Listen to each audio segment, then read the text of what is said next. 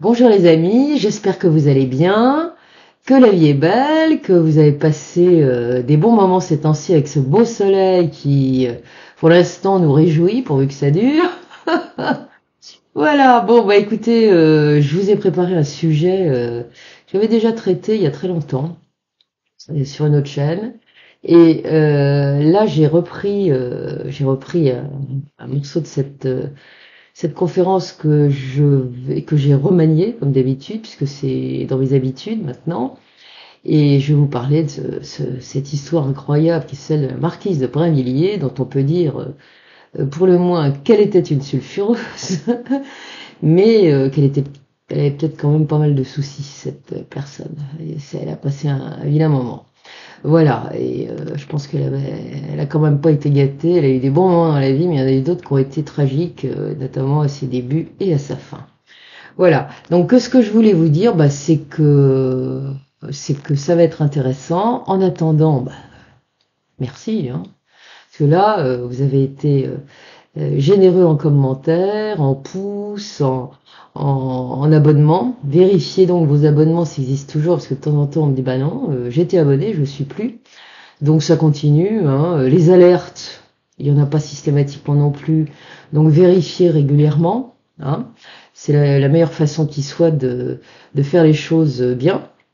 Et pour le reste, eh bien, comment dirais-je, mettez les pouces, regardez tout, enfin bon, faites vos commentaires, et vos commentaires généreux, la plupart du temps, enfin essentiellement, voilà. Merci, ça me fait du bien. Voilà, je vous le dis à chaque fois, je radote, de toute façon c'est l'âge. À partir d'un certain âge, et là je suis en train de prendre un sacré coup de vieux, on radote, voilà. Donc je vais essayer de pas radoter, en vous racontant l'histoire de la marquise. Et puis on va y aller. Puis sur les dons, bah, faites-en si vous voulez bien, parce que j'ai remarqué que ça importait beaucoup, ça aussi. Alors c'est la première vidéo que je vais mettre en ligne après la date fatidique du 12 mai. On va voir ce que ça va lui réserver, si ça va être le Titanic ou autre chose, on verra. Bon. De toute façon, je comprends rien à ce qu'ils écrivent, parce que ça change sans arrêt, c'est très compliqué. Et il n'y a pas que moi qui se pose des questions, et à mon avis, ça doit être fait pour ça. Quand vous embrouillez les gens, à la fin, vous savez plus quoi, comment ça marche. Bon, enfin bon, allez, on va pas s'étendre là-dessus. On va y aller. Merci. Et merci de m'écouter, là. Je vais m'appliquer, hein, parce que c'est un sujet historique où j'avais déjà pas mal travaillé, où j'ai retravaillé, parce que dans ces sujets-là, vous avez autant de légendes que de vérités. Et même dans les vérités, parfois, si on croise tout, ça dit pas la même chose. Donc, parce qu'il y a le côté spectaculaire, si vous voulez, donc il y en a beaucoup qui en rajoutent un peu. Bon, moi j'ai essayé de ne pas en rajouter et d'être au plus juste. Voilà. Donc, je vais vous raconter aujourd'hui l'histoire de la sulfureuse marquise de Brinvilliers qui a marqué les annales. Et à l'origine de ce formidable scandale qui s'est déroulé sous le règne du roi Louis XIV, il y a la mort d'un homme. Et cet homme s'appelle Jean-Baptiste Gaudin de Sainte-Croix.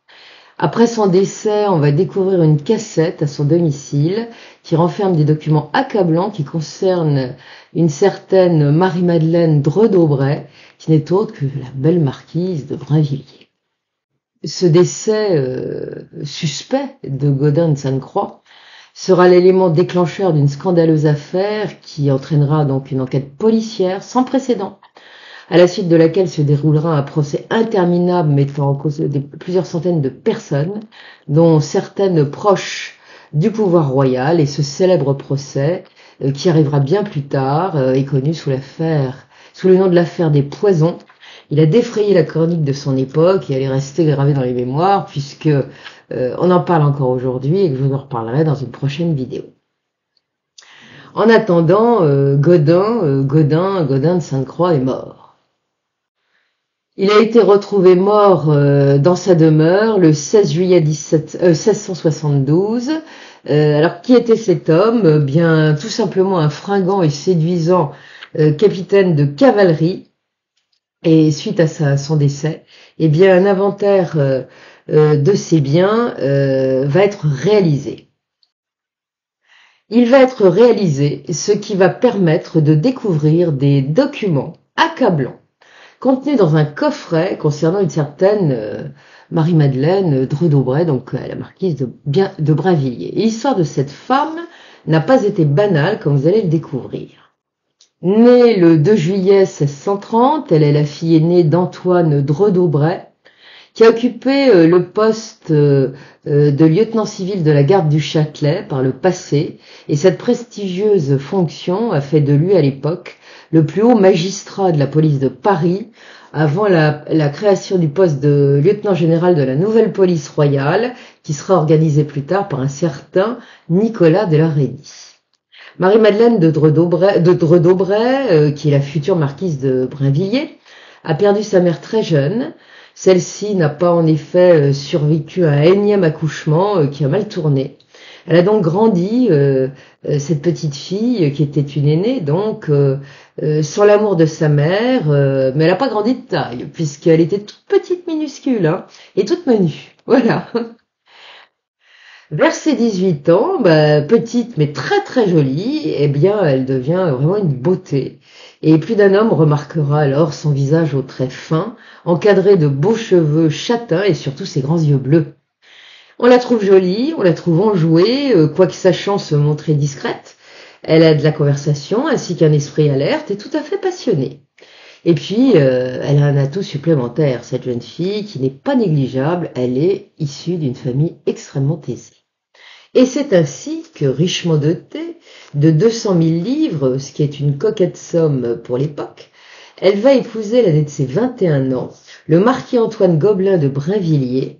Celui-là est également riche, mais il possède deux défauts absolument épouvantables, qui vont influer sans nul doute sur son destin et sur celui de sa jeune épouse. C'est un libertin complètement dépravé et un joueur invétéré.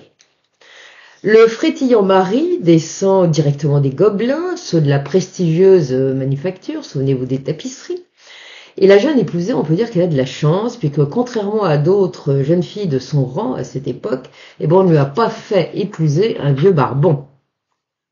Le marquis de Brinvilliers était donc un homme dans la fleur de l'âge, dans la force de l'âge plus exactement, au moment de leurs épousailles. Il occupait la fonction de maître de camp du régiment de Normandie et auparavant, il avait commandé le régiment d'Auvergne.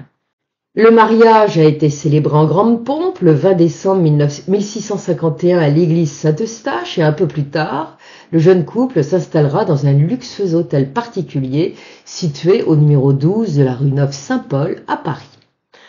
Au début de leur union, Antoine Gobelin de Brinvilliers semblera très amoureux, très attaché à sa jeune épouse, mais ça ne durera pas. Bien vite, il retournera à ses travers d'homme volage.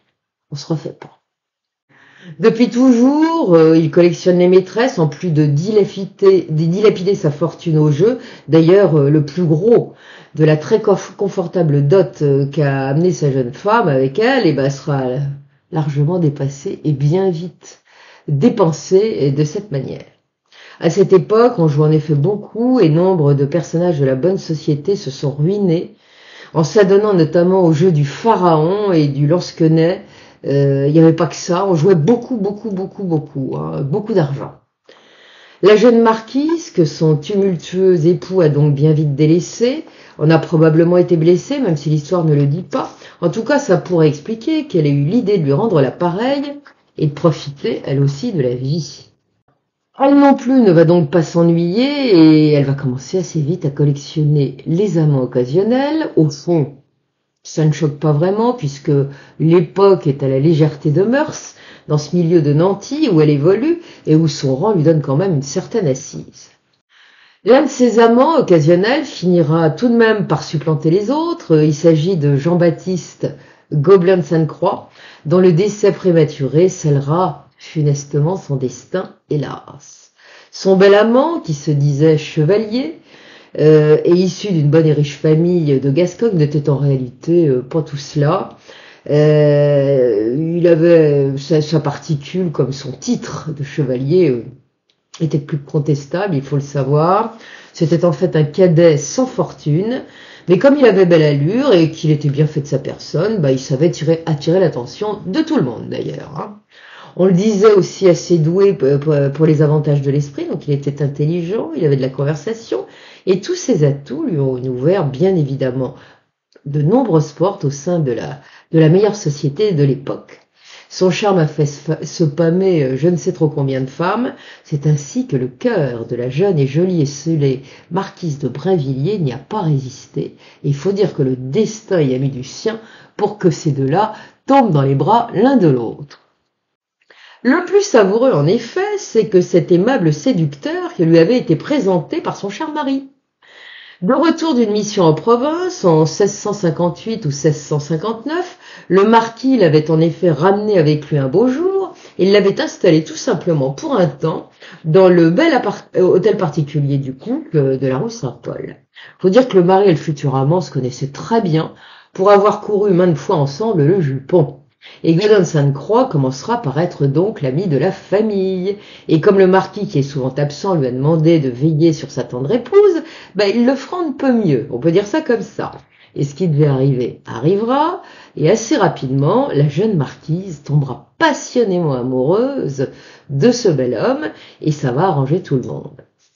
À la fois le marquis, qui peut continuer ainsi à se perdre dans ses frasques, sans avoir à subir la soupe à la grimace lorsqu'il se décide enfin à rentrer au bercail, comme à l'amant, qui prise le luxe et la vie facile et qui se trouve au mieux entre les murs du bel hôtel particulier, puisque on vit dans le luxe. Tout ça finira en ménage à trois, évidemment, et ce qui fera beaucoup jaser, ça va de soi. Pour autant, Marie-Madeleine de Brinvilliers n'en sera pas troublée le moins du monde. Quant à son libertin de mari, il s'en moque comme d'une guigne, il s'en fiche, mais alors royalement.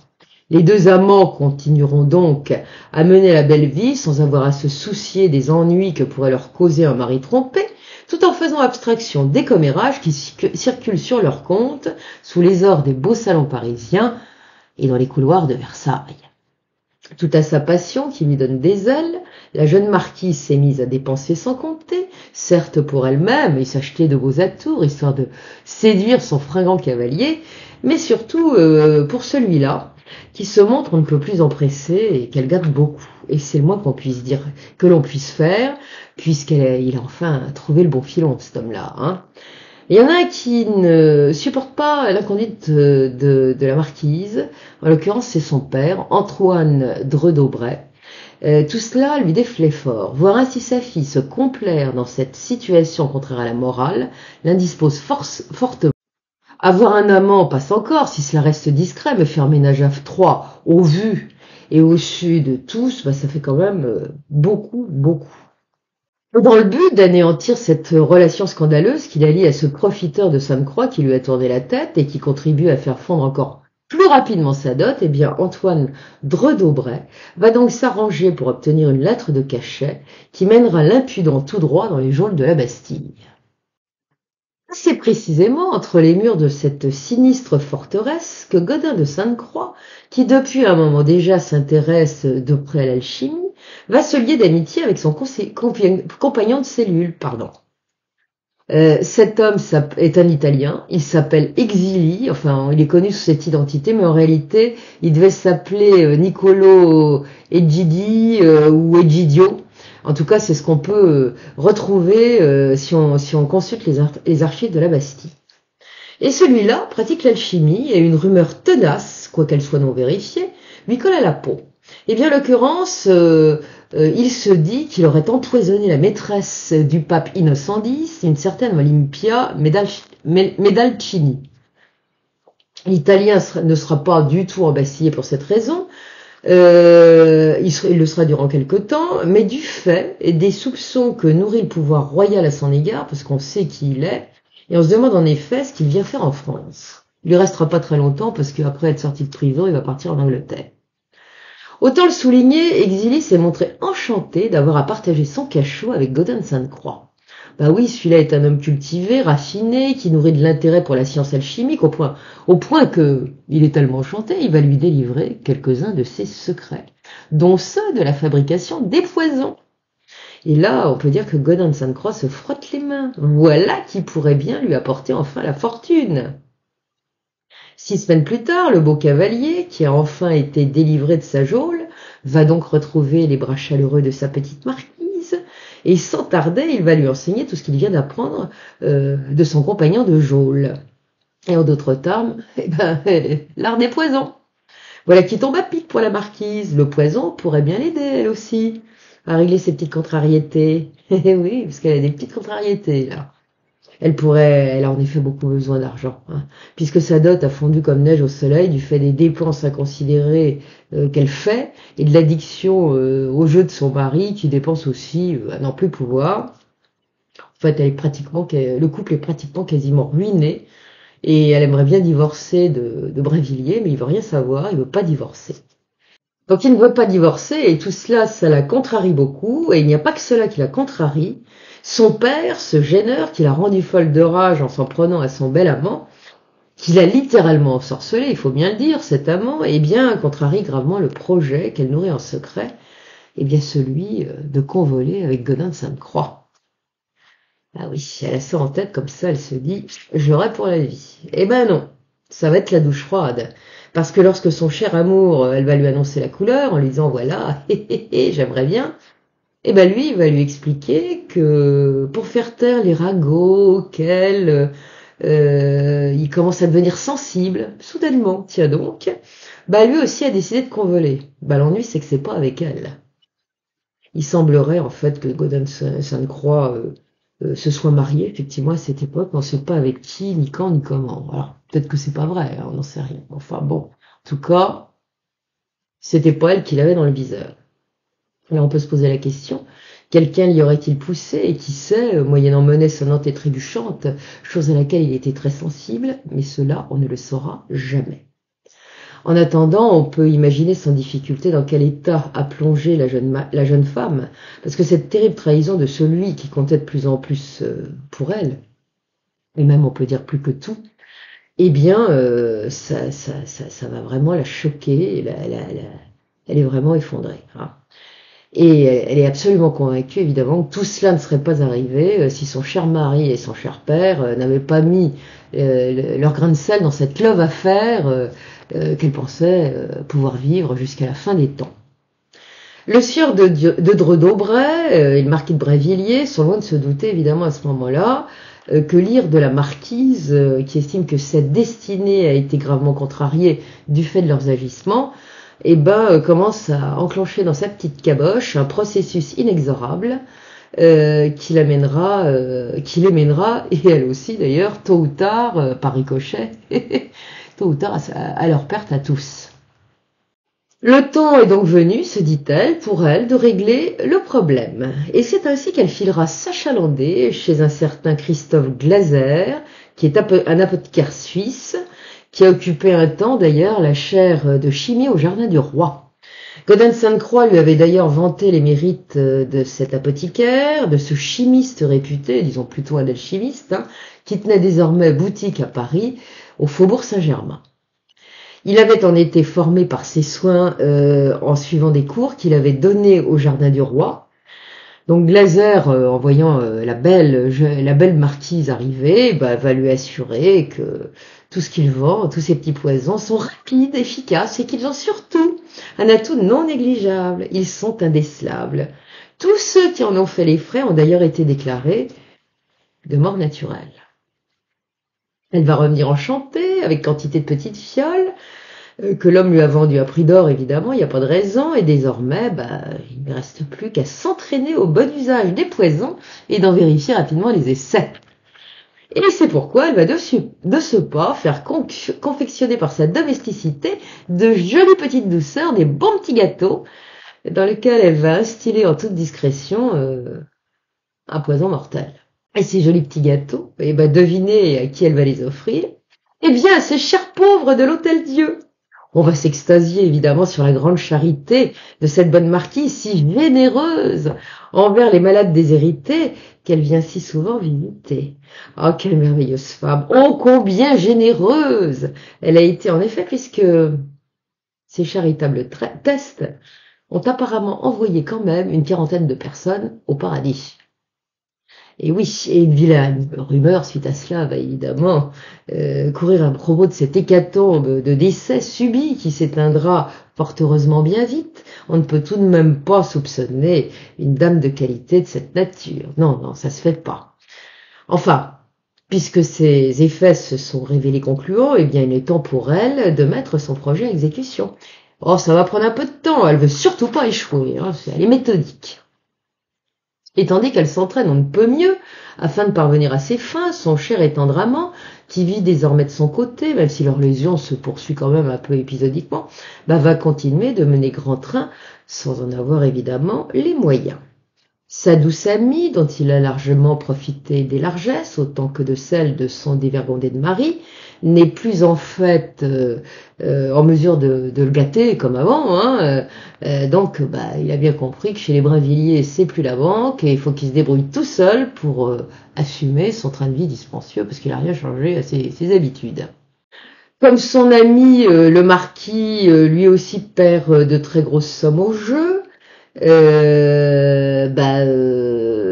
ne peut plus demander à personne, donc c'est comme ça qu'il va se résigner à emprunter de droite et de gauche à une telle cadence que très rapidement il ne pourra plus rembourser personne, hein, et c'est pour ça qu'il ne va pas avoir d'autre solution que celle de filer, de fuir Paris, afin d'échapper à ses créanciers, laissant ainsi sa jolie marquise complètement essolée et le cœur en morceaux. Voilà, à bien y regarder, l'amant et le mari étaient faits pour s'entendre. Hein. Ils se ressemblaient beaucoup, ces deux-là. Et ce qui ne sera pas pour rassurer la malheureuse, c'est qu'elle aussi se trouve dans la débine.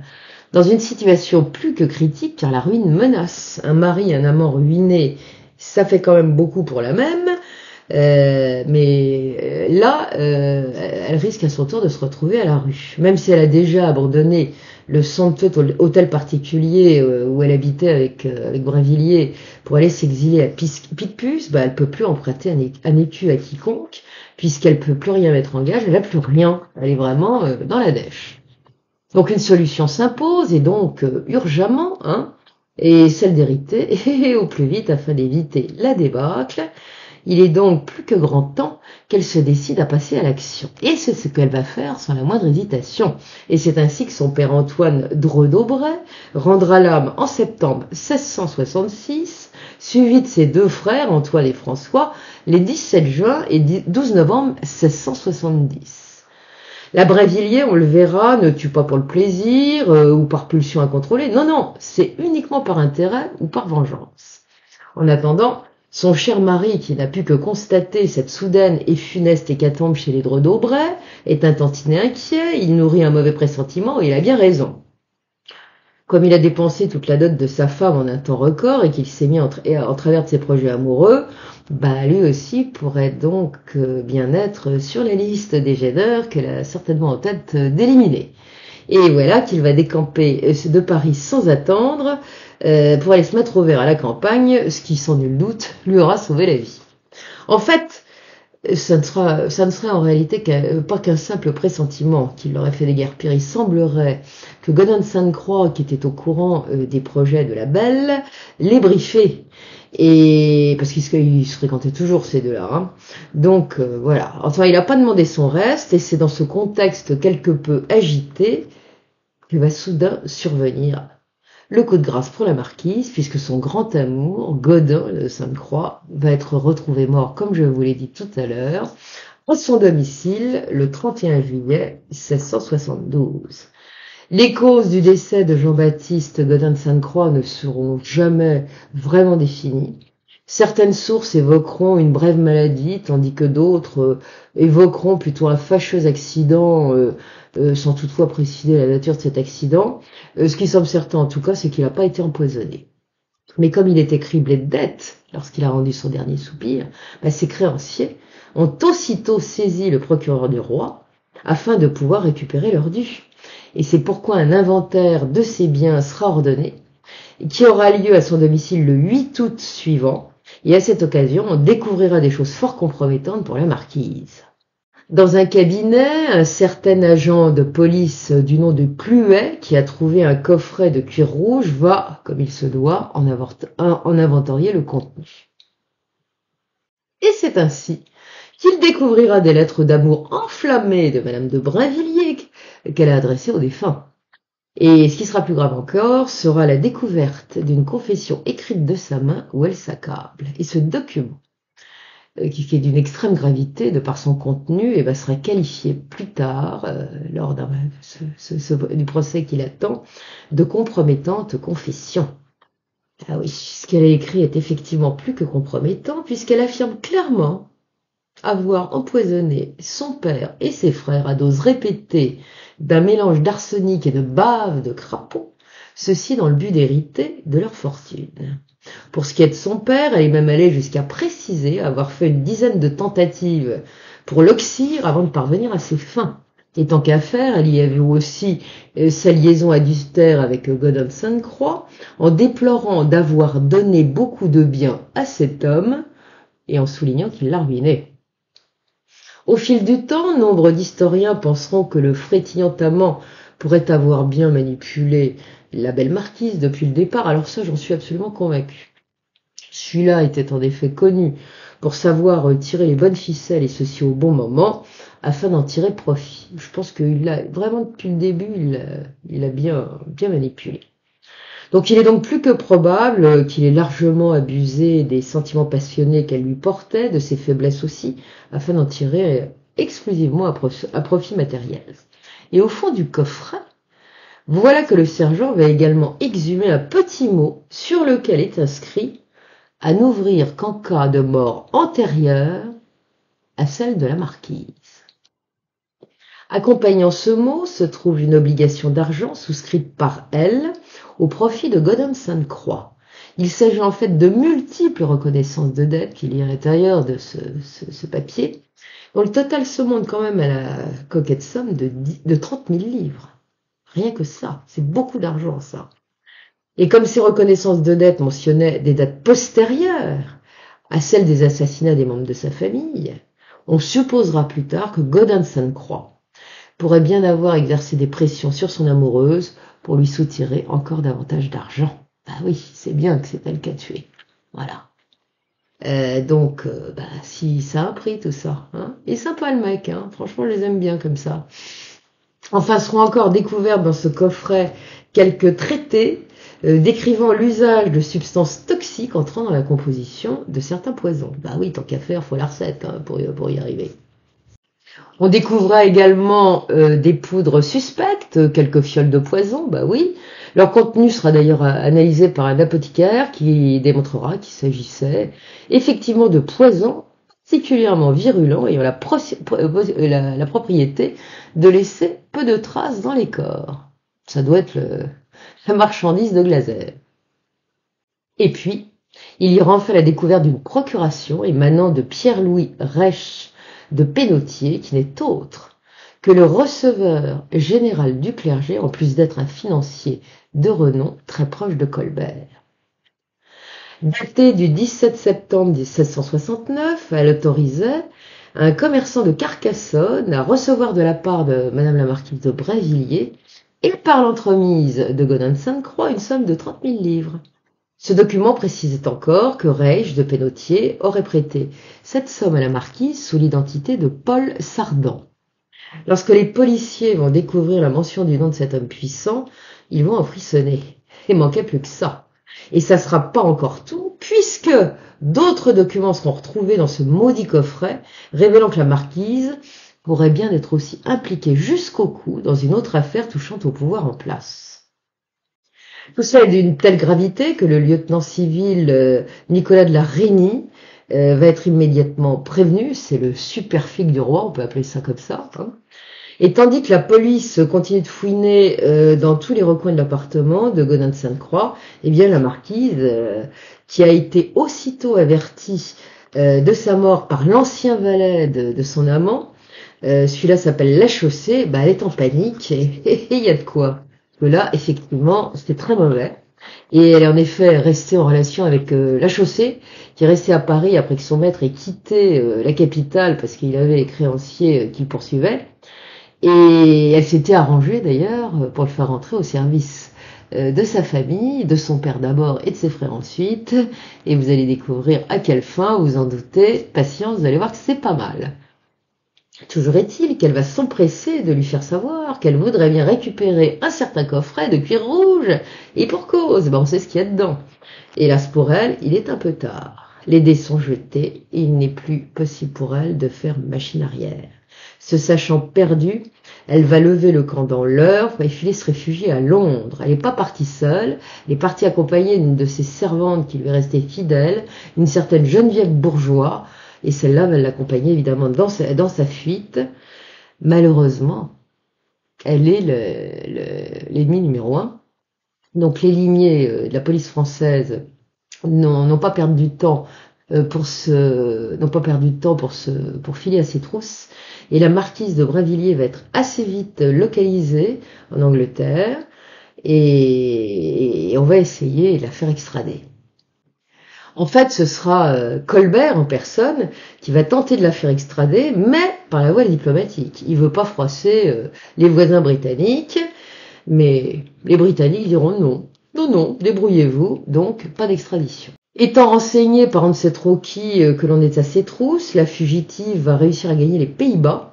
On appelait ça les Provinces-Unies à l'époque. Elle va y rester qu'un très bref moment, puisqu'elle ira finalement trouver refuge dans un monastère situé aux abords de Liège, celui des chanoinesses des Anges, qui sont des sœurs Augustines. À Paris, pour le valet Lachaussée, qu'il avait donc prévenu que son arrestation était imminente et qu'il l'avait aidé, il faut bien le dire, à filer en Angleterre, les choses ont hélas très très mal tourné pour lui, puisqu'il a en effet été arrêté le 4 septembre 1672. Selon la procédure en vigueur à l'époque, il subira d'abord la question ordinaire, puis la question extraordinaire. La question, c'est des supplices épouvantables, il y en avait un paquet.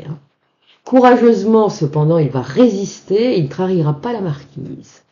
Lorsque son procès débutera l'année suivante, en février 1673, il sera de nouveau torturé. Dans un premier temps, il se taira à nouveau, mais lorsqu'il apprendra qu'il risque de finir roué vif, ce qui est la pire des morts, il se mettra enfin à table et passera aux aveux. Et Dieu sait s'il va beaucoup en dire. Hélas, ces aveux tardifs ne lui permettront pas d'échapper au terrifiant supplice de la roue qu'il subira en place de Grève, aussitôt lecture faite de sa sentence, et le malheureux valet mourra donc de la manière la plus abominable qui soit, comme je l'ai dit, en mars 1673. Alors, qu'a-t-il donc dit au juge, ce brave Lachaussée de si compromettant? Eh bien, il a d'abord révélé qu'après que son maître Gaudin de Sainte-Croix ait fui Paris afin d'échapper à ses créanciers qui ne cessaient de le harceler, la marquise de Brinvilliers a eu l'astucieuse idée de convaincre son père de l'embaucher. Il dira encore que le 13 juin 1666, alors qu'il ne se sentait pas au mieux, Antoine Dreux d'Aubray avait fait appeler sa fille. Celle-ci s'était aussitôt rendue à son chevet dans le beau château d'Aufémont, et à peine sera-t-elle arrivée que le vieil homme se plaindra d'être accablé par des maux étranges depuis des mois qui l'affaiblissent de plus en plus. Elle va le rassurer avec tendresse, lui faire servir un bon bouillon de viande afin de le réconforter, mais à ce bouillon, elle a rajouté un petit quelque chose en douce, qui n'a rien à voir avec un remontant. Et quelques heures plus tard, le malheureux Dreux d'Aubray va se retrouver pris d'affreux vomissements, qui ne cesseront jamais jusqu'à ce qu'il décède. Ça durera des mois, puisqu'il va rendre son dernier soupir le 10 septembre 1666, ceci en dépit des traitements prescrits par l'élite des médecins parisiens.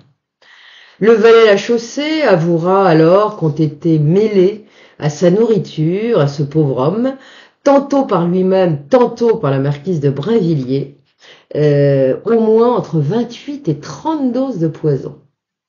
Il précisera encore que sa déception a été grande lorsque la marquise a appris qu'elle n'hériterait pas d'un écu de son père, son frère Antoine ayant remporté la mise.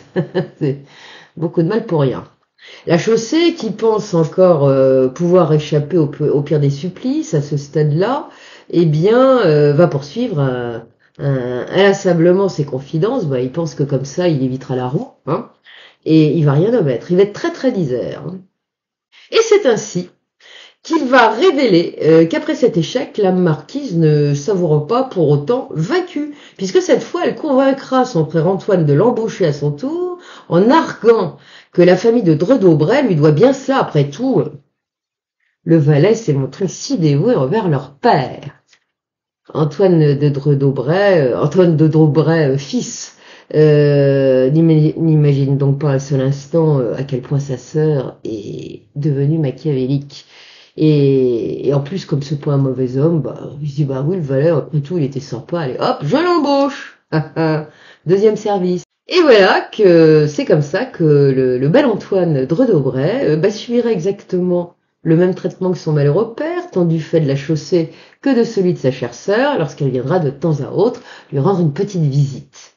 Hélas pour elle, le même scénario va encore se reproduire, puisque son cher frère, qui va décéder le 17 juin 1670, ne lui laissera pas l'ombre d'un fifrelin.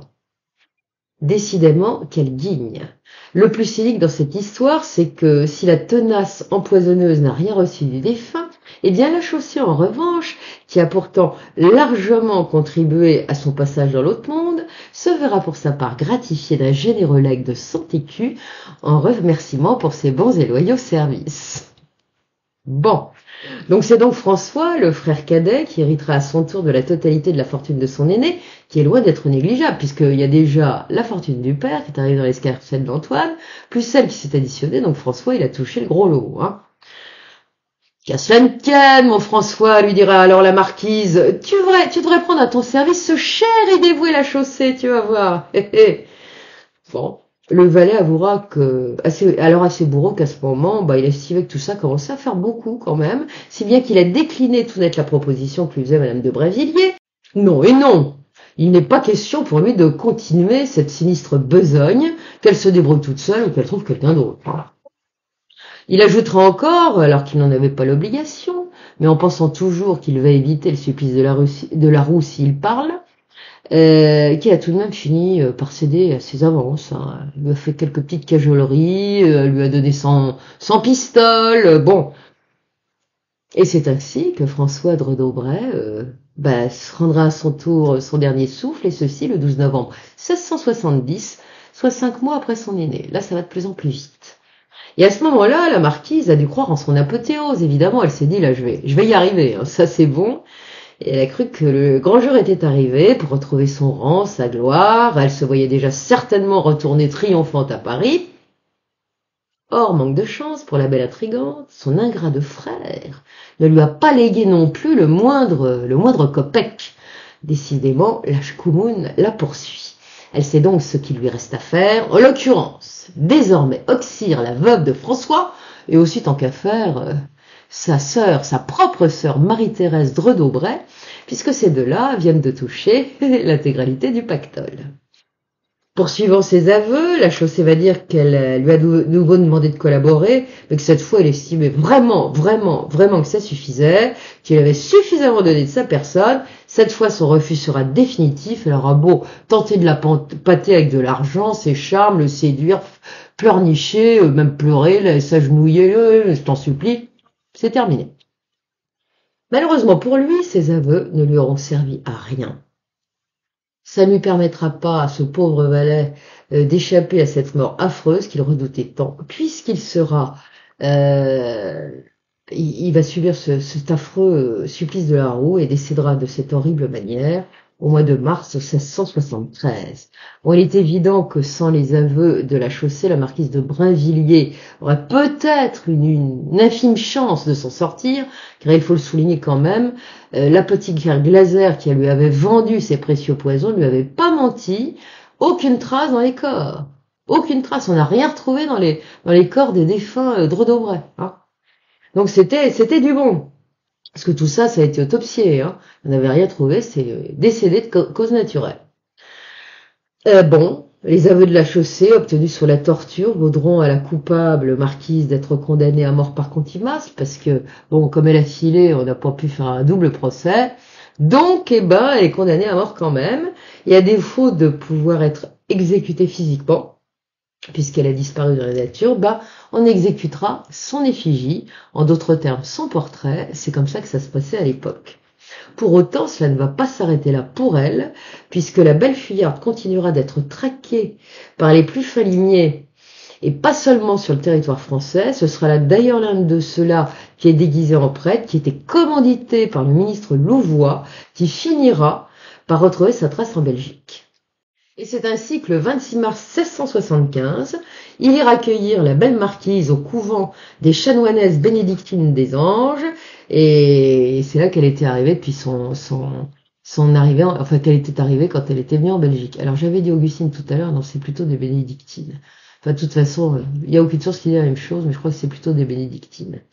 Enfin bon, ce policier qui a fini par retrouver sa trace et qui l'a arrêté se nomme François Degré.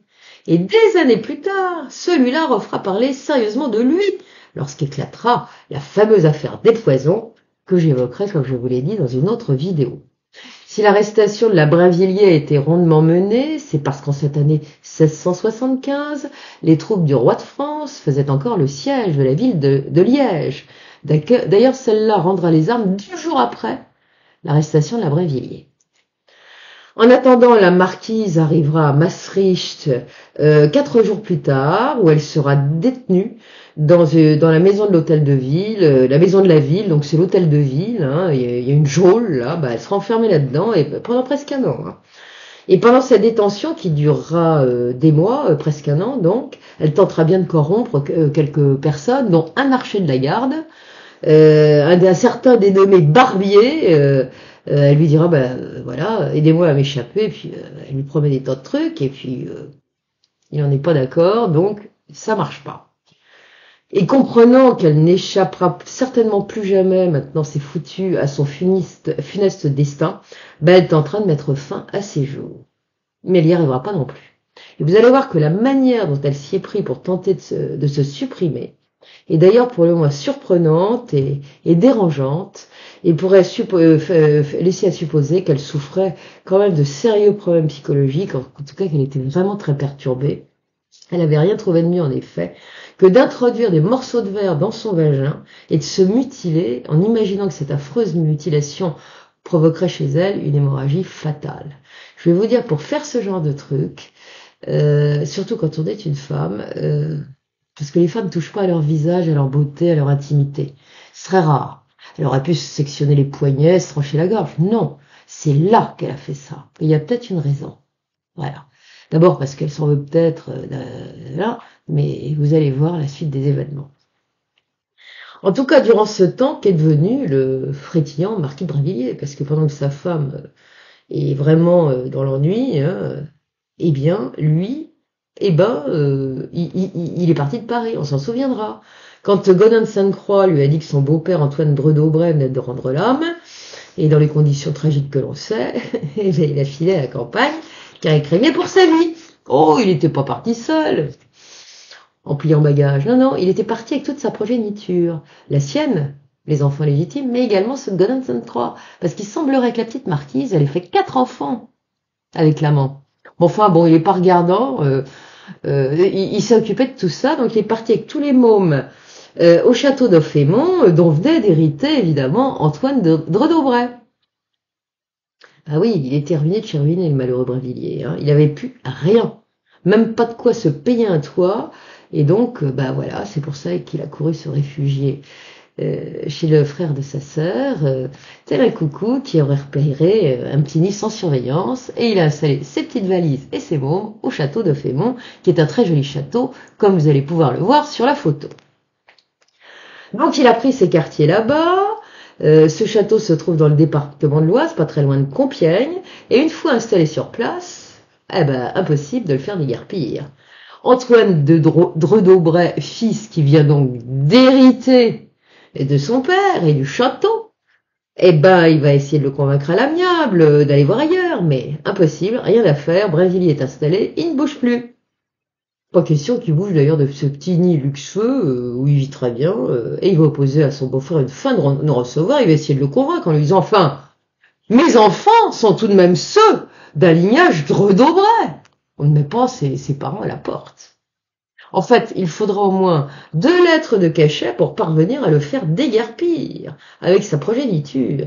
Suite à cela, il va s'évanouir dans la nature, on ne saura jamais où il est passé, jamais, plus jamais de traces, et on ne se connaîtra même pas la date de son décès, il a disparu de la planète. Mais revenons-en à sa sulfureuse épouse. Durant près d'une année, la marquise de Brinvilliers s'étiolera donc dans les geôles de Maastricht, et c'est en effet que seulement le 26 avril 1676 qu'elle arrivera à Paris. Aussitôt, on va l'enfermer à la conciergerie, au palais de justice de Paris. Elle est visitable, d'ailleurs, je conseille de la visiter. Hein. Et son procès débutera 3 jours plus tard, soit le 29 avril, pour s'achever le 16 juillet 1676. Comme il se doit, elle aussi sera soumise à la question. Pour ce qui la concerne, elle subira le supplice de l'eau. Vous voyez comment ça se passe. Il se dit que lorsqu'elle a pénétré dans la salle de torture où elle allait endurer ce supplice affreux, et qu'elle a aperçu le grand entonnoir et tous les seaux d'eau, elle aurait simplement déclaré « C'est assurément pour me noyer, car de la taille dont je suis, on ne prétend quand même pas que je boive tout cela. » Si, elle va le boire. Et bon, vous vous souvenez, elle est toute petite, toute menue, et donc normalement, ça va la tuer. Remarquez, il y en a d'autres qui étaient plus baraqués, qui sont morts quand même avec ça. C'est rare, mais ça peut arriver. En important, elle va résister, dites donc. Elle va résister, elle va ingurgiter, on estime, de 16 à 17 litres d'eau. Et malgré cela, elle va pas lâcher l'affaire, elle ne dira rien.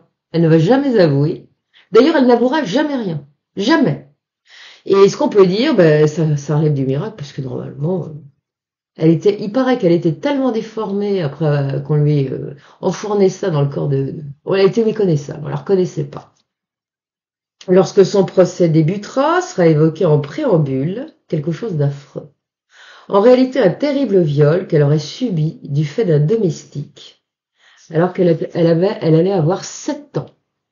Et oui, la Brinvilliers, elle a été violée. Et pas qu'une fois d'ailleurs, et ceci dès sa plus tendre enfance.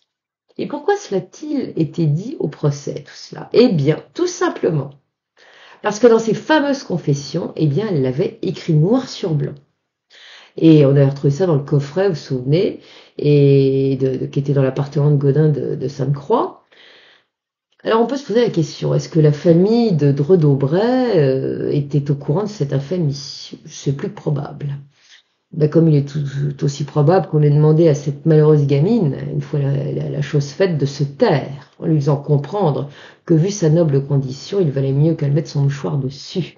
Et c'est ainsi que ce terrible traumatisme d'enfance, qu'elle a même pas pu être réconfortée par sa maman qui était morte, aurait précipité dans les oubliettes abyssales cette chose-là, les oubliettes d'un secret de famille. Et les secrets de famille, des fois, ça ne réussit pas. Et moi, je pense qu'elle a essayé de se suicider de cette manière-là. À Maastricht, il y a de fortes chances que c'est un lien avec ces horreurs qu'elle a subies dès son enfance. En tout cas, ça pourrait expliquer également le geste assassin qu'elle a eu envers sa famille, envers son père, mais également aussi ses frères, qui ont voulu la contrarier ses amours avec Gaudin de Sainte-Croix. Normalement, on apprend ça, on pourrait la plaindre, lui trouver des circonstances atténuantes. Mais il se trouve, hélas, que d'autres récits retrouvés chez son ancien amant, dans le fameux coffret, vont aussi révéler des événements bien plus choquants pour la morale, même s'ils sont absolument surréalistes, comme vous allez le voir. Il sera en effet révélé au procès qu'elle aura entretenu des relations sexuelles avec l'un de ses frères, voire même avec les deux, dès l'âge de 10 ans. Comble de l'horreur, certaines sources qui évoquent ces faits, plus que dérangeants, vont aller jusqu'à soutenir que c'est elle qui aurait déclaré à ses juges qu'elle se serait offerte. Tout ça, c'est offreux, tout ce qui, vous savez, les ragots, hein. Et elle serait offerte pas qu'à un seul de ses frères, mais aux deux, à 10 ans, vous vous rendez compte? Là où ça ne tient pas, c'est que c'est totalement fantaisiste. Et que si ça a été dit, ce que je ne pense pas 30 secondes, bah les juges, ils devaient être aveugles. Enfin non, ils n'étaient pas aveuglés, vous verrez ce qu'ils avaient à la fin. Parce qu'en fait, on peut sourciller. Rappelons en effet que Marie-Madeleine Dreux d'Aubray, devenue marquise de Brinvilliers, était l'aînée de la fratrie. Et qu'Antoine, son cadet direct, avait 3 ans de moins qu'elle. Quant à François, c'était au moins 4 à 5 ans de moins. Ainsi, il aurait fallu, si on croit cette histoire-là, que ces deux frères étaient quand même diablement précoces pour pouvoir la violer alors qu'elle avait 10 ans et qu'il n'était alors âgé que de 7 et 6 ou 5 ans. C'est n'importe quoi. Tout ça ne tient pas debout. Alors, en réalité, ce qu'elle aurait écrit dans ses fameuses confessions, c'est tout à fait autre chose. C'était pas dans les confessions, ça. Elle aurait dit qu'elle aurait eu effectivement des relations incestueuses avec l'un de ses frères, c'est probablement Antoine, mais ça s'est certainement produit à l'adolescence. Certainement, ça, il ne peut en être autrement. Voilà. En attendant, inutile de vous dire que l'effet de cette histoire-là sera absolument dévastateur. Ça a été affreux, cette histoire-là, tant devant le tribunal que pour l'opinion publique. Parce qu'évidemment, la rumeur s'est répandue comme une traînée de feu. Dans tout Paris, à la cour, partout. Enfin, j'avais de cadeaux, vous savez. À Versailles, les courtisans, dont la plupart étaient des débauchés, pervertis jusqu'à la moelle, prendront des airs enrichis, ils feront des hauts et des ras, et se répandront en ordures à tout va sur son compte. Et cette chère marquise de Sévigné, que tout le monde connaît, ne sera évidemment pas en reste, elle qui, comme les autres courtisans, méprisait ouvertement la Brinvilliers, et même pire encore, elle la détestait on ne peut mieux, eh bien elle aura pour elle la plus acerbe de ses plumes, parce qu'elle y allait pas de main morte. Hein. Dans quelques écrits, elle fera des gorges chaudes, c'est affreux ce qu'elle va faire sur la Brinvilliers. Et nul doute également que lors de ses dîners fins, parce qu'elle mangeait bien, elle Sévigné, qu'on partageait entre soi, eh bien elle a dû se gausser plus d'une fois des malheurs de la Brinvilliers et dire, certains l'ont imaginé, pour sûr, celle-là toute jeune avait déjà le diable au corps. Bah voyons. Ainsi donc, ce que l'on a qualifié de confession de la Brinvilliers a fait mouche. On trouvera dans celle-là le mobile qui a poussé la Brinvilliers à commettre ces actes odieux. En l'occurrence, à s'ouvrir sa vengeance en détournant la fortune familiale à son seul profit. Enfin, en tentant de la détourner, en tout cas. Ces révélations sordides ne seront en fait qu'une sinistre mise en bouche avant que la suite ne soit révélée, puisque l'on va apprendre beaucoup de choses dans le détail, et notamment comment a péri le père de la marquise, le très respecté lieutenant civil Antoine Dreux d'Aubray.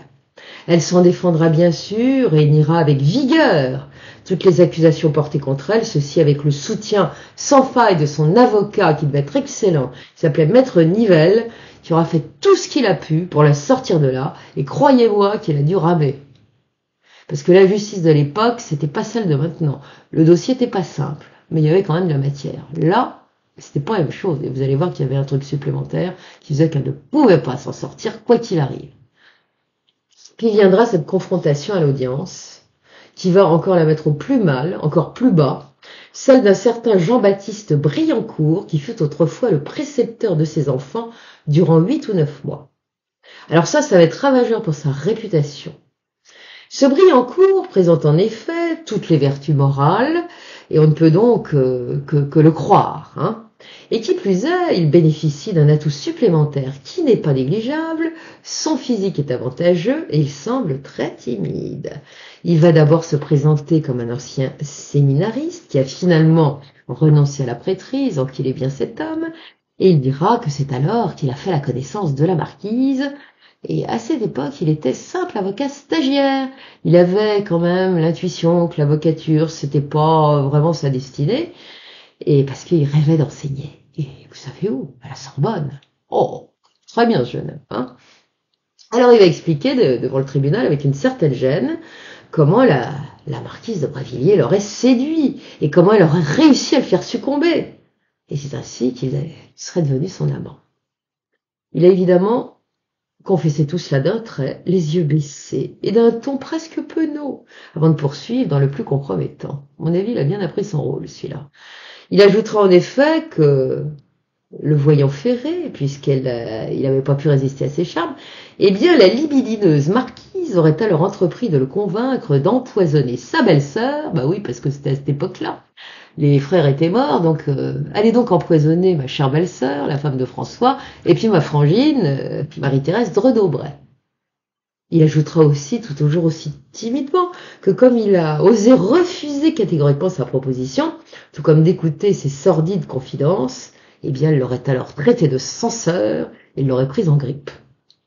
Bon, et puis ça sera pas tout, puisqu'il va expliquer, ce brave garçon, qu'après cela, elle aura même tenté de le faire poignarder et même de le faire tuer par balle. Bah voyons, plus c'est gros, plus ça passe.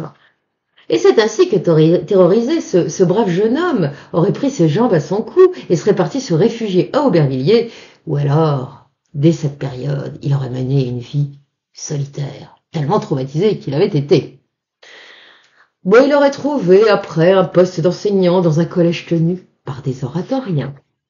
La marquise aura beau hurler au mensonge et nier farouchement toutes les accusations de ce Briancourt, le témoignage de l'ancien séminariste pèsera extrêmement gravement dans la balance et il fera partie de ceux qui lui seront fatals. Il n'y aura pas d'ailleurs que ce Briancourt parmi les employés qui auront été à son service qui livreront des anecdotes très compromettantes sur sa personne. Que ce soit au cours de l'enquête d'ailleurs, parce qu'il y a eu une enquête, les gens ne sont pas forcément venus à l'audience, puis à l'audience il y a eu des déclarations directes. Et certains de ces témoignages, on le sait, sont des faux avérés. Tout ça, c'était du mensonge. Mais il y a d'autres qui sont accablants, comme celui de Jeanne Blanchard, qui fut l'une de ses servantes. Celle-là dira qu'en venant un soir dans la chambre de la marquise, pour prendre ses ordres, elle était avec Gobelin de Sainte-Croix, et voilà que, malencontreusement, la marquise fait tomber une petite boîte, qui lui aurait fait s'exclamer, d'après la domestique, « Oh, ma boîte à succession !» Bon. Et un autre soir, alors qu'elle avait arrosé son dîner, un peu, ça pouvait arriver, bah oui, et ben elle aurait déclaré à une autre de ses servantes, en l'occurrence une certaine Edmée Huette, en lui désignant la fameuse petite boîte, voilà de quoi se venger de ses ennemis, elle est pleine de succession. Se rendant compte de sa gaffe, dira l'ancienne domestique, cette gaffe qu'elle venait de faire, ben la marquise se serait alors reprise aussitôt et aurait lancé « Bon Dieu ! Quoi vous ai-je dit? Ne le répétez à personne. » Trop tard, le mal était fait. Et des témoignages de ce genre, il va y en avoir un paquet, qui seront tous aussi, les uns que les autres, absolument dévastateurs. Évidemment, chaque fois, la marquise niera en bloc, évidemment, c'est sa parole contre celle de ces gens. Puis on sait que des fois, il y a des petites rancœurs vis-à-vis des maîtres, et là, on en profite. Mais elle aura beau faire, la pauvre marquise, et se défendre bec et ongle tout au cours du procès, en prétendant tout ignorer de la science des poisons et des contrepoisons, et clamer que sa domesticité et que ce que tous les autres ont rapporté à son sujet sont d'odieux mensonges, tout en jurant avec force que sa confession écrite n'était qu'un seul instant de folie passagère, rien n'y fera. À mon avis, elle a surtout eu... c'était une tentative de Godin qui la tenait comme ça. Du genre, s'il ne file pas d'argent, tu vas voir. Bon, elle a fait, c'est sûr, mais là, quand même. Voilà. Et je pense que la chaussée n'était pas claire non plus. Voilà. Donc, rien de tout ça, rien de toutes ces défenses n'auront d'impact sur le tribunal. Les interventions, pourtant, sont pertinentes, celles de son avocat, qui va hurler à plein poumon à la calomnie en réplique à ses odieux déballages, mais ça sert à rien. En tout cas, sa plaidoirie finale, qui sera d'ailleurs fort talentueuse et qui est une plaidoirie restée dans les annales, soulignera en tout cas la faiblesse des preuves qui ont été rapportées, parce que bon, tout ça c'était une affirmation gratuite, et puis surtout il y avait quand même quelque chose d'intéressant qu'aurait dû quand même interloquer, c'est qu'en dépit des affreux supplices qu'elle a subis, parce que vous avez vu comment elle était grosse comme un haricot, elle a quand même eu la totale, elle a pas cédé, elle a rien dit, elle a jamais avoué. L'aveu, c'était bon, mais là, rien. Donc, quoi qu'elle ait dit, quoi qu'elle ait fait, quoi que son avocat ait fait, elle n'aura pas pu se défendre. Son défenseur ne s'est pas fait entendre. Le jugement sera prononcé le 16 juillet 1676. Il va la reconnaître coupable d'empoisonnement. La sentence de mort à laquelle on va la condamner sera assortie toutefois de l'amende honorable. Vous allez voir, je vous expliquerai après ce que c'est. Et le lendemain, 17 juillet 1676, elle va être réveillée à l'aube pour subir à nouveau la question. Bah oui, on va lui faire à nouveau avouer tous ses crimes, pour lesquels elle a pourtant été jugée, qu'elle s'apprête maintenant à payer de sa vie. Bah oui, c'était l'usage. Vous aviez tout dit, vous étiez condamné à mort, et vous repreniez un petit coup de question pour redire exactement les choses. Il faut vraiment être... Quand même, les humains, ils sont bizarres parfois, mais enfin bon. Alors elle va ensuite se confesser à l'abbé Pirot, qui est un théologien qui occupait aussi la fonction de chanoine à Notre-Dame de Paris. Il la préparera pour ce qui est de la formulation de son amende honorable, celle qu'elle devra faire publiquement, qui consiste à reconnaître ses fautes et à en demander pardon à Dieu et à la société des hommes. Le chanoine aura bien du mal à la convaincre de reconnaître ses crimes, parce qu'elle n'a toujours pas reconnu, car elle clame encore avec vigueur son innocence, mais à force d'insister, il réussira tout de même à la faire plier et à la raisonner. Et mieux encore, après qu'il l'ait grandement rassurée sur la miséricorde de Dieu, dont il est certain qu'elle bénéficiera, il aura l'agréable surprise d'obtenir sa conversion. Conversion, ça veut dire qu'elle va démontrer qu'elle croit en Dieu, ce qui n'a jamais été le cas jusque-là. Et quand il va voir ça, cet homme-là, parce que d'un seul coup ça a été brutal, il va l'emmener à la chapelle de la conciergerie afin qu'elle puisse prier pour sa pauvre âme, ce qu'elle fera, dira-t-il, avec une ferveur impressionnante. Avant de quitter l'endroit, elle demandera à d'autres condamnés qui se trouvent à la conciergerie de prier pour elle. À 8 heures du matin, pieds nus, les poignets entravés par des cornelettes et la tête recouverte d'un bonnet de coton parce qu'on lui a totalement rasé la tête, elle sera menée en charrette, vêtue d'une simple chemise blanche de toile grossière jusqu'au parvis de Notre-Dame, avec à ses côtés le chanoine Pirot. Devant la foule qui s'est pressée en masse devant la cathédrale, eh bien elle descendra de la charrette, agenouillée sur le parvis de Notre-Dame. Face à la foule, elle fera alors d'une voix tremblante son amende honorable, en répétant soigneusement la formule consacrée que le chanoine est en train de lui souffler à l'oreille. Elle avouera donc un à un ses crimes, dont elle s'est pourtant défendue avec vigueur durant tout son procès, et il se dira durant les chroniques de l'époque qu'elle aurait aussi spontanément demandé pardon à Notre-Dame. Ceci fait, on la fera remonter dans la charrette qui va l'amener cette fois jusqu'à la place de Grève. Le parcours est noir de monde, tous les Parisiens sont assemblés aux fenêtres des maisons. Les curieux la regardent passer, certains l'invectivent à grands cris, comme beaucoup d'autres qui se trouvent dans la rue. Je rappelle d'ailleurs à ce propos que la place de Grève où elle a été exécutée n'est autre que l'actuelle place de l'Hôtel de Ville où se trouve la mairie de Paris.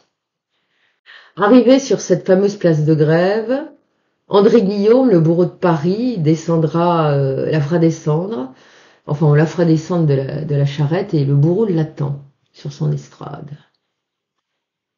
Elle va descendre très recueillie de la charrette, tout le monde remarque qu'elle semble désormais dans la paix, et ça va être remarqué par tous les Parisiens qui sont au premier rang là. Ils disent quand même, chapeau. Hein. C'est stupéfiant, elle crie pas, elle pleure pas. Elle se défend pas, elle crie pas son innocence, à rien. Elle est comme ça. Le chanoine Pirot ne va pas la quitter, il va monter sur l'échafaud avec elle. Il ne la quittera que lorsque le bourreau lui bandera les yeux, ceci fait et sans plus attendre. Il la fera agenouiller, posera sa tête sur le billot, et cette pauvre tête, il va la trancher d'un seul coup d'épée bien net. Il l'a pas loupé, ce qui parfois arrivait et c'était pas terrible. Et durant ce moment affreux, résonnera dans Paris, dans l'air de Paris, le Salve Regina, que le peuple chante d'une seule voix. À 46 ans, parce qu'elle n'était pas vieille, la marquise de Brinvilliers vient de rendre son âme à Dieu, à moins que ce ne soit peut-être au diable. En tout cas, le bourreau portera ensuite ses restes jusqu'au bûcher et jettera en premier sa tête dans les flammes, sa tête dont les yeux sont encore couverts du bandeau. Afin de mieux voir ces pauvres restes se consumer dans le brasier, la foule va se bousculer pour se rapprocher. Certains hurleront leur joie, tandis que d'autres vont se taire. Quelques personnages importants de la cour se sont également déplacés pour assister à l'exécution. C'est notamment le cas d'Olympe Mancini. Et Olympe Mancini n'est pas non plus n'importe qui. D'abord, c'est la veuve du comte de Soissons. Mais surtout, celle-là, ça a été le premier coup de foudre de Louis XIV. Et alors, la petite Mancini, je peux vous dire que c'était pas un modèle de vertu, c'est le moins qu'on puisse dire. Charles Lebrun, qui n'est autre que le peintre officiel de la cour, s'est aussi déplacé. Et c'est lui qui fera le seul et l'unique portrait de la condamnée, un dessin devenu célèbre, où on la voit les yeux levés vers le ciel et le visage affichant l'expression de ses derniers instants. Et c'est lui qui a fait le vrai portrait officiel. Bon, après, il y a eu des gens qui se sont inspirés, des artistes, pour faire d'autres portraits. Plus tard, le chanoine Pirot, qui l'a accompagnée jusqu'au bout du chemin, dira qu'elle était sereine et tellement dans l'élévation qu'il a eu le sentiment d'avoir eu devant lui une sainte. C'est le chanoine qui dit ça. Mais il y en a une qui n'a pas assisté à l'abominable spectacle. Eh ben, figurez-vous que c'est la marquise de Sévigné. Bah ouais, les rues étaient embouteillées par la foule des Parisiens et elle n'a pas pu arriver à temps pour voir rouler la tête de la pauvre Brinvilliers dans le panier. La tête de cette femme qu'elle détestait et qu'elle a si souvent qualifiée d'horrible bonne femme. Elle s'en dira d'ailleurs fort déçue. Ah oui, quelle catastrophe que d'avoir raté ça, raté l'essentiel. Ah oui, n'oublions pas que de sa plume alerte, la dame de Sévigné répandait en permanence le moindre potin qui traînait à la cour ou dans le tout Paris, et c'est d'ailleurs par ses écrits que l'on aura connaissance dans le moindre détail de ce qu'il s'est passé et dit durant le procès de la marquise. Ainsi donc, la marquise de Sévigné a raté l'un des plus grands scoops de sa carrière, ce qui n'est pas très pro, je le trouve. Hein, elle aurait pu quand même se lever un peu plus tôt. Et si ça se trouve, la veille, elle a fait bonbons avec ses copains en disant « Vous allez voir ce que je vais faire demain, je vais y aller. » Et puis, pan, elle s'est pas réveillée. Hein. La panne d'oreiller, ça peut exister. Enfin bon, je plaisante. Hein. Oh, sacrée marquise. En tout cas, elle n'aura pas tout raté de cet ignoble spectacle et rattrapera sa bévue puisque depuis la fenêtre de l'une des maisons du pont de Notre-Dame, où elle a pris place, elle assistera tout de même à la fin de la crémation des restes de la Brinvilliers. Et elle écrira à ce propos, et elle dira, qu'est-ce qu'elle dira ? Bon, donc les cendres étaient encore fumantes, elles vont être dispersées dans la Seine avec ses fioles, ses poudres empoisonnées. Et voilà ce que dit la marquise. C'en est fait. La Brinvilliers est en l'air. Son pauvre petit corps a été jeté après l'exécution dans un fort grand feu et les cendres au vent, de sorte que nous la respirerons, et par la communication des petits esprits, il nous prendra quelques humeurs empoisonnantes dont nous serons tous étonnés. Donc c'est du poison. Elle est sympa, vraiment. Hein. En tout cas, on reconnaît bien la cruauté et l'humour mêlés qui sont la signature de cette autre marquise. Et oui, on était pas vraiment dans la charité à cette époque. L'idée de vengeance, l'odeur du sang, la fascination pour la mort attirait à tous les étages et classes sociales. La preuve en est remarquée pour ce qui est des scandales, des ragots et des mensonges et tout ce qu'on veut. Nous sommes dans l'époque également, vous avez dû le remarquer. Et comme on l'a vu, l'exécution de la marquise déchue s'est déroulée en 2 temps. D'abord la décapitation, puis la crémation sur un petit bûcher. Du fait de son rang, elle a ainsi bénéficié d'un privilège exclusivement réservé aux aristocrates. En cas de condamnation au bûcher, la grâce était faite en effet à ceux de sa caste de ne pas souffrir l'atroce souffrance causée par les flammes. Alors je vous explique quand même. Vous avez vu Jeanne d'Arc sur le poteau, vous en avez vu d'autres qui se faisaient cramer, des sorcières et tout ça. Ben, c'est pas comme ça que ça se passait vraiment. En tout cas pas sous Louis XIV. On enterrait les gens sous les bûches. On les liait avec des chaînes et des cordes. Ils pouvaient pas bouger. On leur mettait sur le dos une chemise soufrée, c'est-à-dire imbibée de soufre, avant de mettre le feu. Vous savez que les allumettes, ça marche avec un bout en soufre. Je sais pas si vous êtes déjà brûlé avec le gros en soufre, c'est affreux tellement ça fait mal. Et on les enterrait avec la tête qui dépassait. Vous imaginez la cruauté. Comment les humains sont capables de faire des choses pareilles. Donc, les aristocrates avaient le droit d'éviter ça. Enfin, quand même, c'est choquant. Voilà. En tout cas, c'est d'ailleurs parce qu'elle avait été condamnée, parce que sinon elle n'aurait pas subi ce supplice et oui, agi autrement, pour s'être livrée à des actes de sorcellerie. Bah oui, l'empoisonnement et les rituels étaient considérés comme de la sorcellerie à cette époque. Et on brûlait les sorcières. Et c'est pour ça que ces restes mutilés ont été brûlés sur un petit bûcher. Cette création avait un but. Ben oui, celui d'interdire à quiconque de recueillir des restes pour les transformer en reliques qui auraient pu servir à faire des rites et des cultes plus ou moins sombres. Hein. Après cela, c'est fini, la foule va se retirer lentement. Certains vont rester silencieux, ils savent pas trop quoi penser. En effet, lorsque la marquise de Brinvilliers s'est repentie, a fait son amende honorable, on a vu qu'elle les a regardés droit dans les yeux, alors qu'ils étaient en train de chanter le Salve Regina. Quelque chose dans son regard et dans l'expression de son visage les a émus, et ça les a retournés même. Et puis lorsqu'ils l'ont vu ensuite, place de grève, recueillis, levant les yeux au ciel, beaucoup ont été troublés, et vont se dire après coup, et si on avait brûlé une sainte? Et le lendemain, que va-t-il se passer? Une émeute va éclater pour réclamer à grands cris les débris des eaux qui auraient pu être épargnés et ne pas avoir été jetés dans la Seine. Ce dont évidemment la marquise de Sévigné va pas manquer de relever et de se gausser. Ainsi donc, malgré toutes les vilainies qu'on aura pu dire à propos de la marquise de Brinvilliers, il en restera cependant qui auront été convaincus que l'on vient de martyriser une sainte. Ce sera d'ailleurs le cas de son avocat, maître Nivelle, qui assurait sa défense avec autant de ténacité malgré les difficultés de sa tâche, et effectivement, je le redis, il a dû sérieusement ramer. Longtemps après son exécution, ceux de son rang continueront d'évoquer la marquise de Brinvilliers avec tout le dégoût et le mépris dont ils sont capables. À leurs yeux, elle n'était qu'un monstre qui méritait d'être déchu et oublié à jamais. On était loin d'imaginer, à la fin du procès de la Brinvilliers, et après cette exécution, qu'il y aurait une suite à cette affaire et non des moindres.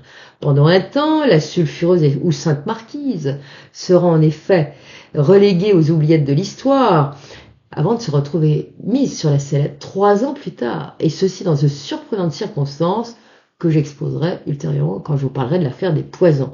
Car il faut bien le dire à nouveau, l'affaire de la marquise de Brinvilliers a été le point de départ de cette autre affaire qui a marqué durablement les mémoires, puisqu'on en reparle aujourd'hui encore. En attendant, cette sinistre histoire de la Brinvilliers a causé quelques inquiétudes au pouvoir en place.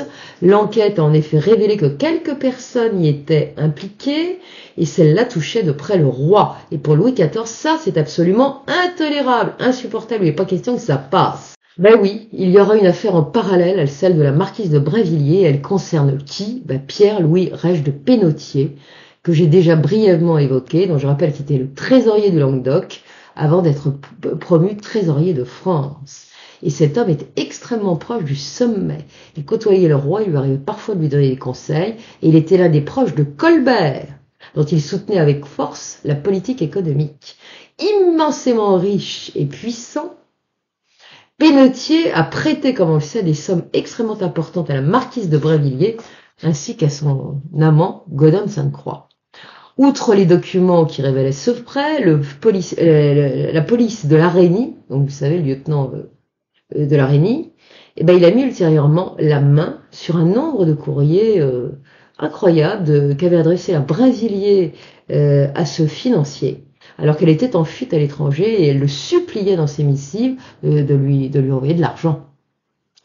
Tout cela donc n'a pas manqué d'attirer l'attention du roi et de ses ministres, d'autant qu'en 1669, Rège de Pénautier avait quand même eu déjà des ennuis. Il avait été accusé par une certaine madame Annibale de Saint-Laurent, dont le mari était décédé le 2 mai 1669, de l'avoir empoisonné afin de prendre sa charge. Et effectivement, le défunt occupait cette charge de receveur du clergé de France, et c'est effectivement Rège de Pénautier qui avait pris sa place le 12 juin suivant.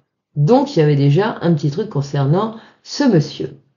Après avoir été mis en cause, la marquise de Brinvilliers, à laquelle laquelle a déclaré lors d'un interrogatoire: s'il dégoûte sur moi, il pleuvra sur Pénautier. Eh bien, après cette déclaration de la marquise en plein procès, Pénautier est arrêté. Il est arrêté, on l'emprisonne à la conciergerie le 15 juin 1676, sur ordre de Louis XIV. Il n'en sortira que 13 mois plus tard, soit en juillet 1677. Il en ressort blanchi de toute accusation. Le scandale a été immense, par contre, hein. On peut s'en douter. Il dit qu'on serait revenu, que la raison pour laquelle on serait revenu sur sa potentielle culpabilité concernant le meurtre du receveur du clergé de France, et que bon, tout ça, ça tenait pas debout, parce qu'il y avait des ecclésiastiques, des très hauts, des cardinaux, qui avaient dit non, c'est pas ça du tout. Donc déjà blanchi. Puis il y a eu aussi l'histoire de ce qu'a fait Madame de Brévilliers. Bon, elle a dit cette phrase malheureuse qui l'a fait incarcérer, faut quand même le dire, mais elle est revenue sur ses propos après. Hein, voilà. Donc à partir du moment où elle le disait plus, ça plus le reste, ça l'a un peu aidé le bonhomme. Toujours est-il que peu après l'incarcération de Reich de Pénautier, eh bien Louis XIV, qui n'a guère apprécié cette histoire, va écrire à Colbert. Il en veut à la marquise, maintenant on ne rigole plus. Donc il lui écrit le 26 juin 76, elle sera jugée et condamnée le mois suivant. Voilà ce qu'il dit, le roi. Sur l'affaire de Madame de Brinvilliers, je crois qu'il est important que vous disiez au premier président et au procureur général, donc le tribunal, hein, ceci de ma part, tout ce que des gens de bien comme eux doivent faire pour déconcerter, ce qui veut dire décourager, tous ceux de quelque qualité qu'ils soient, sous-entendu les aristocrates, qui sont mêlés dans un si vilain commerce. Ça veut dire quoi?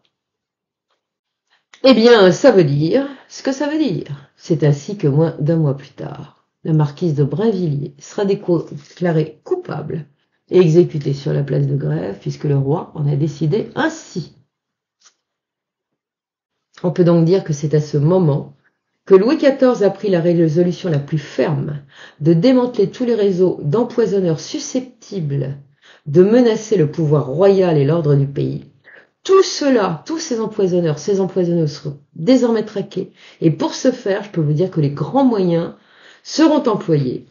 Et cette traque, qui s'avérera un peu plus fructueuse, aboutira donc à ce procès connu sous le nom d'affaire des poisons, un procès interminable et unique en son genre, puisqu'il y a des centaines de personnes qui vont être impliquées là-dedans, et puis il y en a un sacré paquet qui vont perdre la vie, quant à d'autres, ils auront longuement à réfléchir dans les forteresses de France, qui n'étaient quand même pas Fleury-Mérogis, où il y a la télé. Hein, voilà. Voilà ce que j'ai à dire. J'espère que ça vous a plu. C'est une sacrée histoire. Je vous raconterai les poisons plus tard, parce que ça c'est un gros truc aussi. Voilà, on a fait un petit peu d'histoire. La prochaine fois, je sais pas trop ce que je vous raconterai. On trouvera. En attendant, je vous remercie de votre attention, d'avoir été jusqu'au bout. Je vous remercie de votre générosité, comme d'habitude, de la gentillesse de vos commentaires, qui, comme vous le savez, me font plaisir. Et puis, n'oubliez pas ce que je vous ai de faire ce que je vous ai recommandé en début de vidéo. Je vous souhaite un joli mois de mai. Bon, il y a encore des ponts, donc vous allez pouvoir vous balader, vous promener. Et puis bon, moi je serai bientôt à Calais à la fin du mois. Faut que je me repose un peu parce que je suis fatiguée et puis il faut que je sois en forme parce que je suis contente de monter là-haut. Et puis en attendant, portez-vous bien, prenez le temps de vivre et distrayez-vous. Hein, par les temps qui courent, il faut savoir s'évader. Voilà. Eh bien, je vous dis à bientôt et comme d'habitude, je vous embrasse. Au revoir les amis.